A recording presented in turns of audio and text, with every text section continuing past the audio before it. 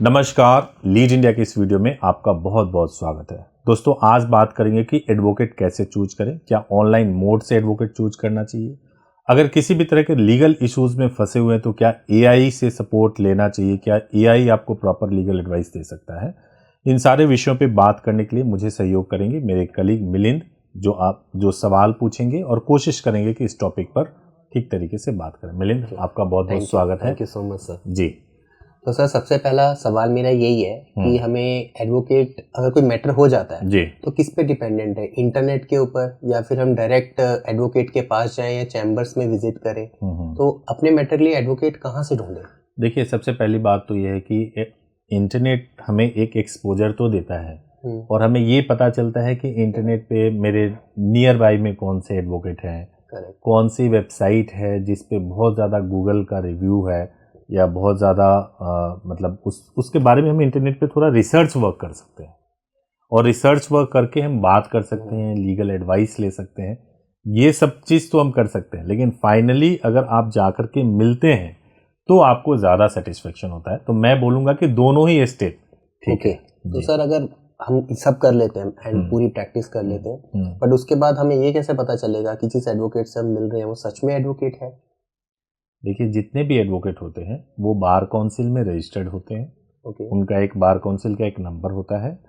तो नॉर्मली अगर आपको ये पता करना है तो रिसर्च से पता चलेगा। उनका एनरोलमेंट नंबर अगर आपको मिल जाए तो आप बार काउंसिल के वेबसाइट पे जाके चेक कर सकते हैं कि वो एनरोल्ड एडवोकेट हैं या नहीं एडवोकेट हैं। तो ऐसे पता चल सकता है। तो क्या हम सर ब्लंट होके मांग सकते हैं उनका एनरोलमेंट नंबर? मांग सकते हैं, कोई दिक्कत नहीं है।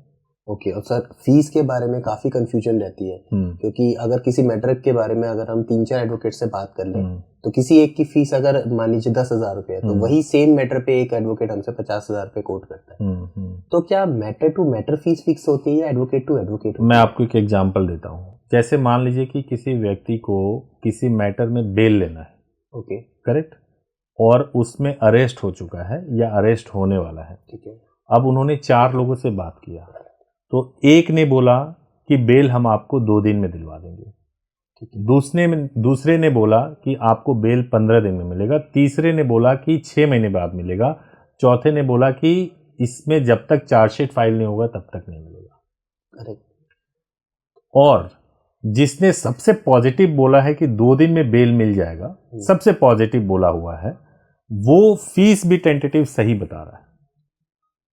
अब क्लाइंट कंफ्यूज हो गए। क्लाइंट को ये समझ नहीं आ रहा है कि यार कौन से प्रोसेस, मतलब किससे हम जाना चाहिए और कौन सही बोल रहा है।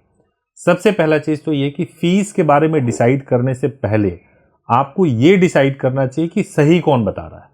और वो कैसे पता चलेगा सर? आप इंटरनेट पे सर्च कर सकते हैं, आप थोड़ा बहुत उसके बारे में जान सकते हैं। या मान लीजिए आपने मेरे से एडवाइस लिया और मेरे से मैं कह रहा हूं कि आपको 2 दिन में बेल मिलेगा, तो आप सामने वाले जब सेकंड एडवोकेट से आप एडवाइस ले रहे हैं तो आप बताइए कि कैसे 2 दिन में बेल मिलेगा।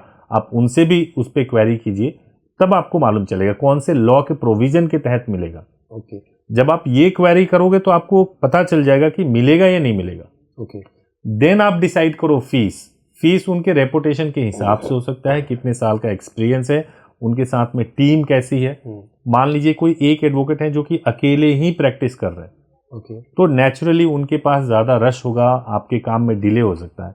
लेकिन कोई ऐसा एडवोकेट है जो कि बहुत सारे लोग उनके साथ में है, टीम है पूरी, तो वहां पे आपका काम ज्यादा स्मूथली होगा, वहां फीस भी आपको ज्यादा लग सकता है। तो सर, क्या हमें अपने मैटर के लिए किसी लॉ फर्म को टच करना चाहिए, किसी इंडिविजुअल एडवोकेट के पास ही जाना चाहिए? देखिए, ये बहुत इंटरेस्टिंग सवाल है, इसलिए समझना जरूरी है कि एक इंडिविजुअल एडवोकेट और लॉ फर्म में क्या फर्क होता है। लॉ फर्म में कई सारे चैम्बर्स होते हैं। जैसे मान लीजिए किसी एडवोकेट का एक चैम्बर है, ठीक है, और उस चैम्बर में हो सकता है कि मैट्रिमोनियल डिस्प्यूट की प्रैक्टिस की जाती हो, दूसरे चैम्बर में क्रिमिनल की प्रैक्टिस की जाती हो, तीसरे चैम्बर में हो सकता है कि कोई सिविल मैटर की प्रैक्टिस की जाती हो।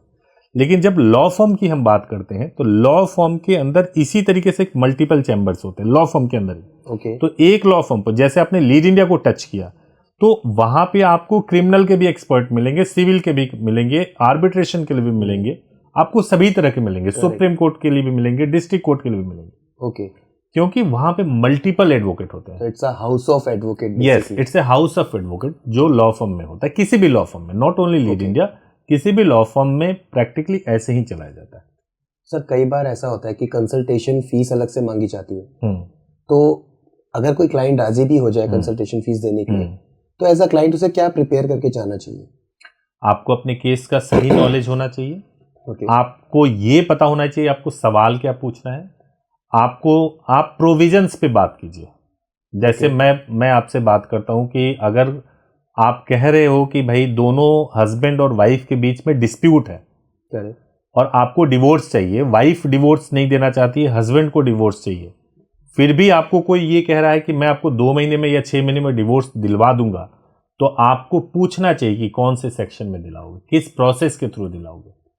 अगर कंटेस्टेड डिवोर्स आप फाइल करोगे तो उसमें एविडेंस पे आते आते ही साल, 1.5 साल, 2 साल निकल जाएंगे। आप कैसे 6 महीने में बता रहे हो कि हो जाएगा। तो सही प्रिपरेशन के साथ में जाएंगे, सवाल पूछेंगे, तो आप जेन्युइन पर्सन को ढूंढ पाएंगे, उनके साथ कंसल्टेशन कर पाएंगे और आप सही तरीके से जो है आइडली सर किसी एडवोकेट से जाने पे उससे पहले हमें खुद की वर्किंग करना ऑफ कोर्स करनी चाहिए।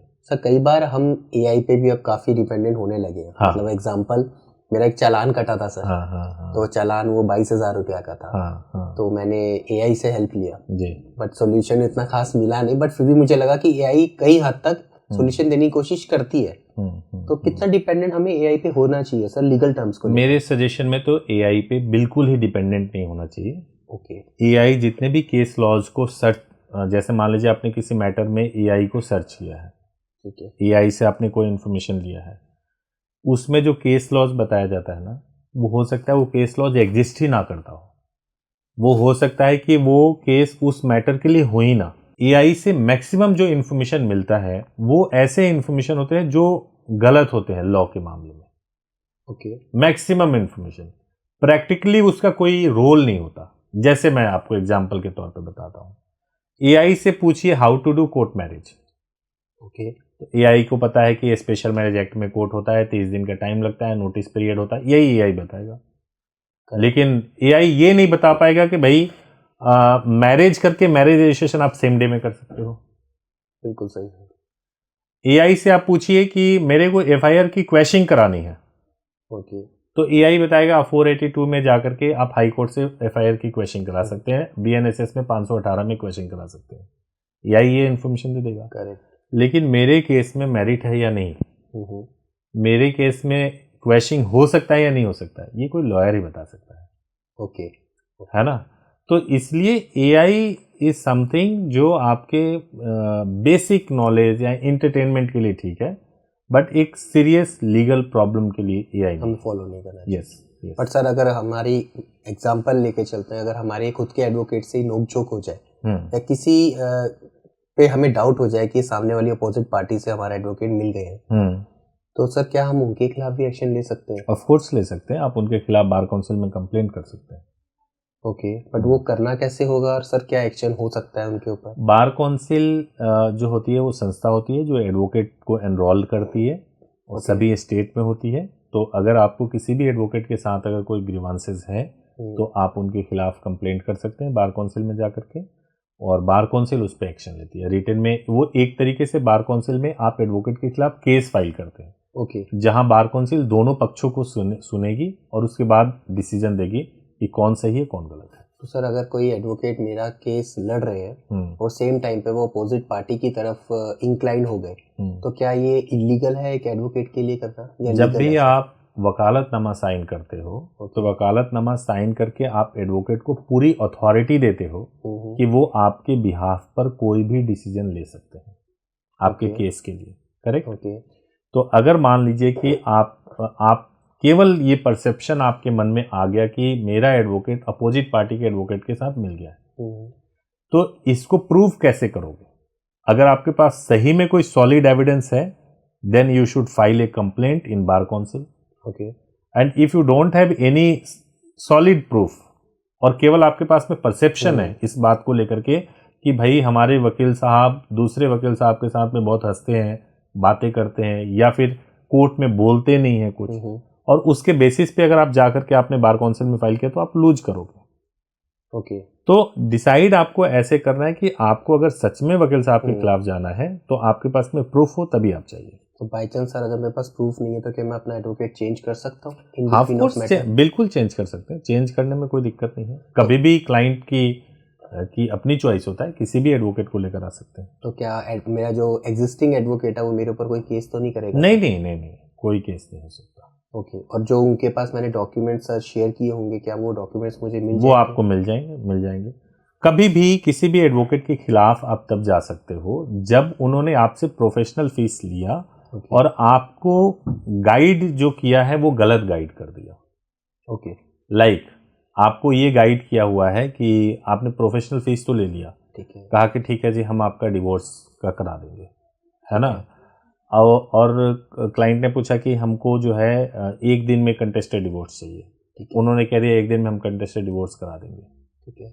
तो यहाँ पे क्लाइंट को मिसगाइड किया गया, इसके लिए आप जा सकते हो। ओके।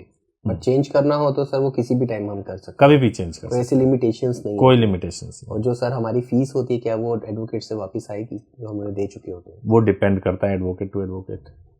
ओके। डिपेंड करता है। लास्ट क्वेश्चन है, कई बार हमारे हर रिलेशंस में काफी एडवोकेट्स होते हैं, तो क्या हमें सर उन पे भी डिपेंडेंट होना चाहिए? क्योंकि काफी बार उसका फायदा भी उठ जाता है, क्योंकि रिलेशन में है तो वो बैकफायर भी होते हैं और फायदा भी उठ जाता है। देखिए एडवोकेट एंड डॉक्टर के पास में, आप जब डॉक्टर के पास में भी जाते हो तो अपनी पूरे जो आपको बीमारी है आप बताते हो सब कुछ, एडवोकेट को भी सब कुछ बताना है। तो पहली बात तो ये है कि अगर कोई ऐसा मैटर है जो आपकी फैमिली से जुड़ा हुआ है और सामने वाला रिलेशनशिप में है या नोन है, तो पहला क्वेश्चन तो ये है कि क्या आप उनको सब कुछ बताने में कंफर्टेबल हो या नहीं।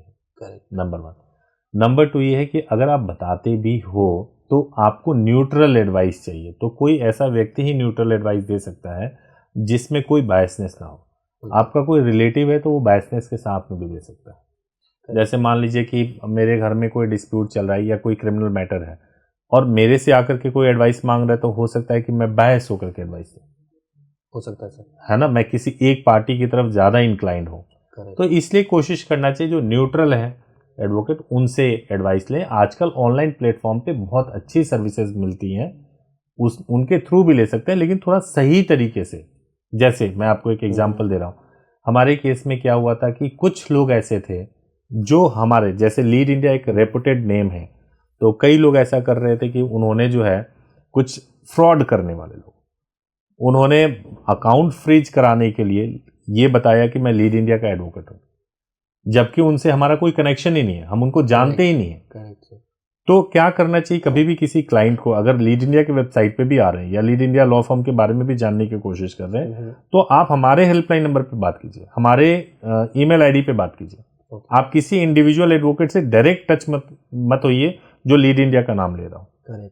आप हमसे कॉन्टैक्ट कीजिए, हम आपको गाइड करेंगे। तो थोड़ी सी सावधानी आपको बहुत हेल्प कर सकती है। Perfect sir, that's all about my questions. Thank you so much, thank you so much, thank you so much, thank you so much, thank you.